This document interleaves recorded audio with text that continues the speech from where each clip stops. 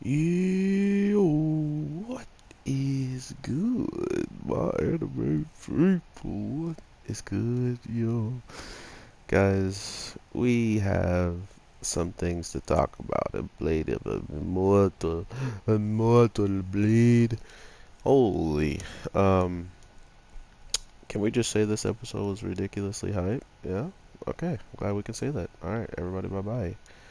Um, Not only do we see one of the weirdest use of the immortality ability when it comes to him pretty much taking a book out of his enemy's page of, hey, that guy's arm is really useful. Let me use it, and gaining immortality for just a tiny bit of time. But now that Manji-san has been through even more than he's already been through in the case of using his ability of, regeneration, just using his skills as a samurai, all these different things are always being tested.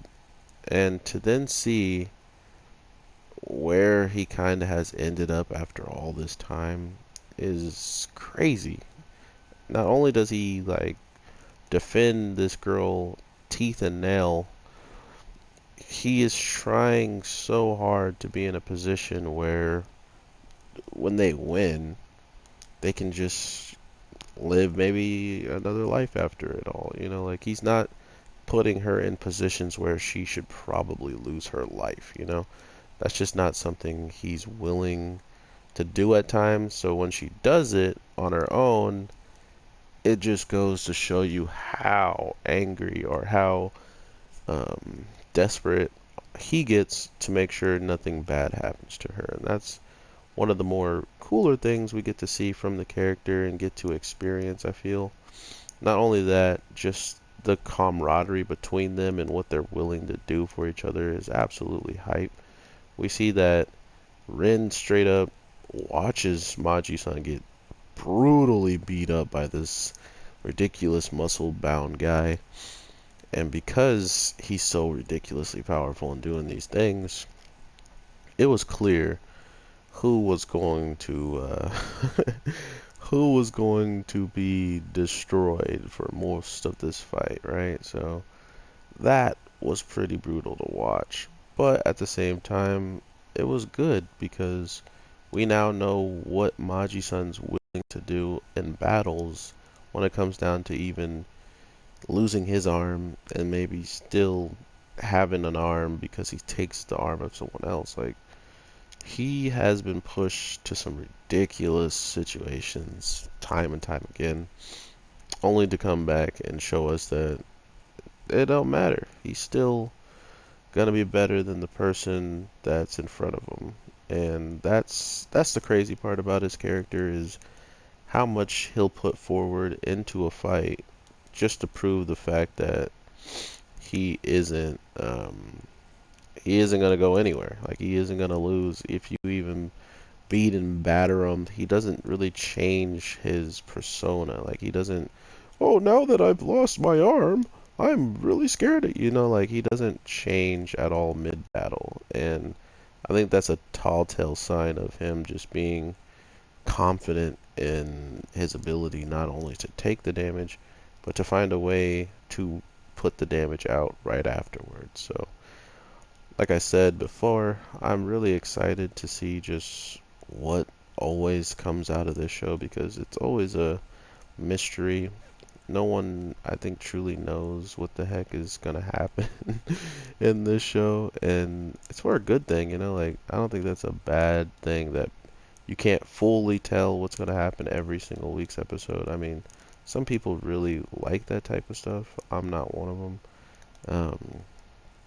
But if I do find a show that is obvious, starts to become obvious, but still good, I have no point of hating on it. Like, some shows have to be obvious because the scenarios just can't get any wackier and zanier. It just kind of goes with the flow after a while. So, regardless of all that, I say that to say if they do bring out anything remotely crazy, that would be surprising to me. Like, I've seen most of mostly all of it.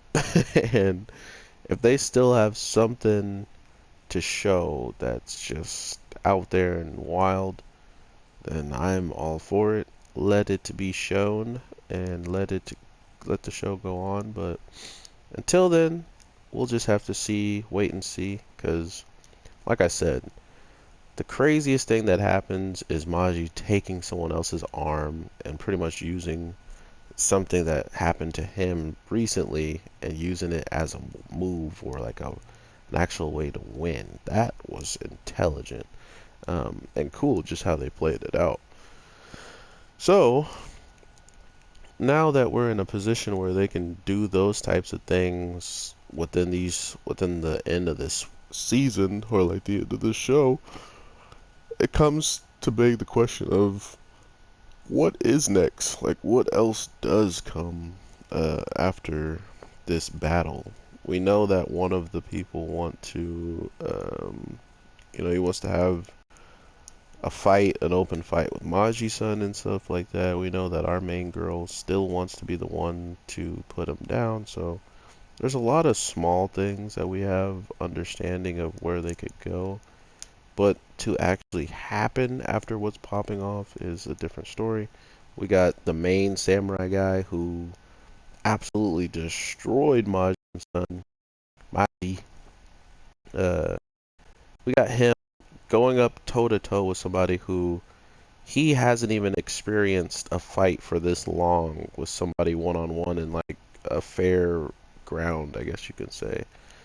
So that's very telling of this as well, just how ridiculous they're going at each other and trying to take each other's life, not holding back, and at the same time, both of them uh, really just not being able to finish the other quickly. Oh my god, I did not see this guy and I'm dead.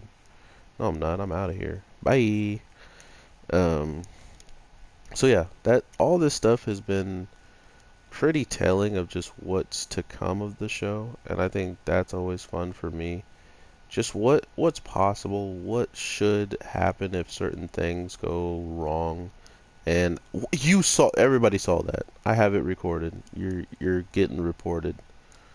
Um, I just like the fact that anything that's probably going to pop off from here on out is going to be the end of somebody or something, and that's just how it goes. Like that's how this thing's been set up from the jump, and I think for them to actually play on it is harder than it is for them when they were setting it up, because some of these characters are amazing while other characters are just like, yeah, you gotta go when you gotta go. But I feel like the one character who has been around the longest that I did not expect to be around as long was the guy with like the mask covering his mouth.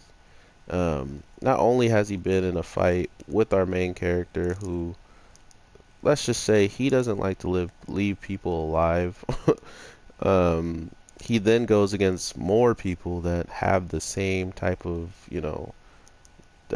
just thought process. They don't like to leave people alive, and he's gone against most of them and lived. The guy who loves to torture and stuff like that, I don't know how he came out alive against that guy.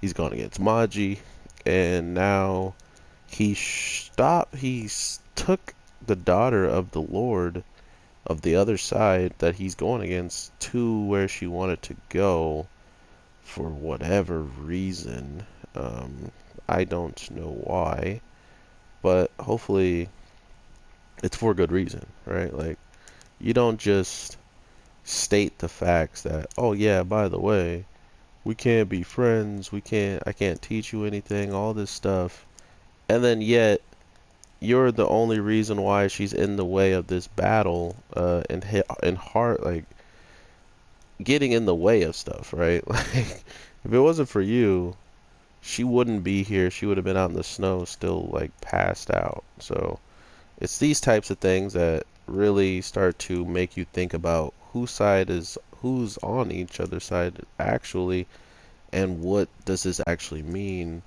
for the coming times of the characters who, actually are supposed to be doing one thing, but they're doing the other. Blade of Immortal has been ridiculously hyped to watch and fun to watch as a whole, that now we're getting into all these characters that we don't know much about, but they're getting just as much screen time because they bring a lot to the table for other sakes. So everything that happens to the girl with the spear this week was pretty sad.